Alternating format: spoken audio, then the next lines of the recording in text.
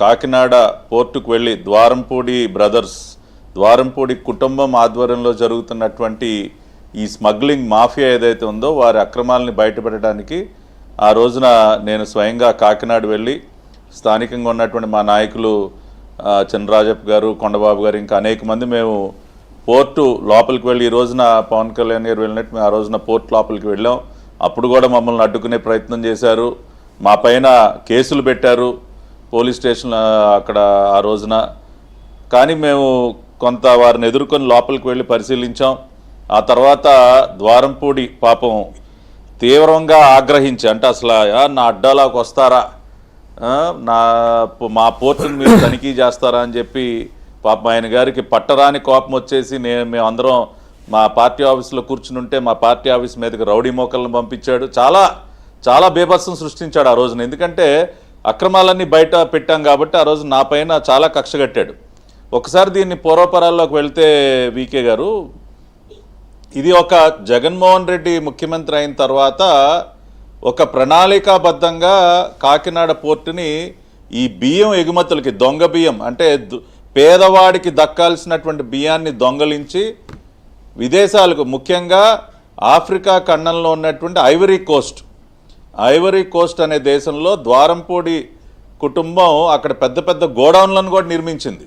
ఏది దొంగలించినటువంటి బియ్యం ఏదైతే ఐవరీ కోస్ట్కి తరలిస్తా ఉన్నారో అక్కడ స్టాక్ చేయడానికి అక్కడ పెద్ద పెద్ద గోడౌన్లు నిర్మించి ఆఫ్రికాలో చుట్టుపక్కల ఉన్నటువంటి ఐవరీ కోస్ట్ చుట్టుపక్కల ఉన్నటువంటి దేశాలకి దాదాపుగా కిలో 75 నుంచి 80 రూపాయలు వర్కౌట్ అయ్యే విధంగా అక్కడ అమ్మేటటువంటి కార్యక్రమానికి శ్రీకారం చుట్టాడు. ఇక్కడేమో పేదవాడికి ఇచ్చేటటువంటి బియ్యాన్ని కిలో 10 రూపాయలు కొనేసి, ఏది ఇంటింటికి వెళ్ళి పంపిణీ చేసే వాహనాలు ఉంటాయి కదా, ఆ వాహనంలో ఉన్నటువంటి బియ్యాన్ని ఎదిగో మా కేజీ 10 రూపాయలు ఇస్తాం, లేదా అసలు 10 కూడా లేకుండా లారీలు అసలు ఫ్రీగా గోడౌన్ల నుంచే తరలించేశారు. ఆ రకంగా టన్నులు, లక్షల టన్నులు. మీకు కొన్ని ఫిగర్స్ చెప్తా వికే గారు, ఒకసారి వాళ్ళు ఉన్నటువంటి మన డిబేట్ చూస్తున్న వారికి కూడా అర్థం కావాలి కాబట్టి, 2018-19లో అంటే ఆనాటి టీడీపీ ప్రభుత్వం చివరి సంవత్సరం, అధికారంలో ఉన్నటువంటి చివరి సంవత్సరంలో కాకినాడ పోర్టు నుంచి 18,09,000 టన్నుల బియ్యం ఎగుమతి అయిందండి. ఇవాళ దేశంలోనే అత్యధికంగా కాకినాడ, ముంద్రా ఈ 2 పోర్ట్స్ నుంచి బియ్యం ఎగుమతులు ఎక్కువగా వెళ్తాయి.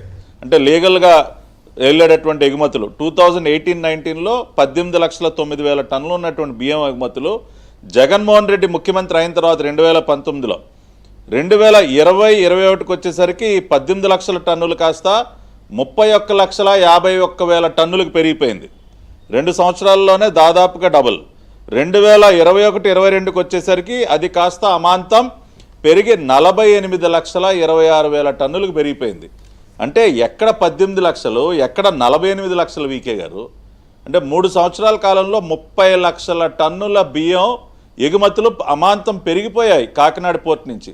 నేను ఈ డేటా అంతా సేకరించి ఆ రోజున పక్కా ఆధారాలతో ఆనాటి ప్రభుత్వాన్ని నిలదీస్తే ఆ రోజున ద్వారంపూడి చంద్రశేఖర్ రెడ్డి ఏం బుకాయించాడంటే, మా జగనన్న ప్రభుత్వం వచ్చిన తర్వాత బియ్యం దిగుబడి విపరీతంగా పెరిగిపోయింది, బియ్యం దిగుబడి పెరిగితే ఎగుమతులు పెరగవా అని చెప్పి కప్పిపుచ్చే ప్రయత్నం చేశాడు.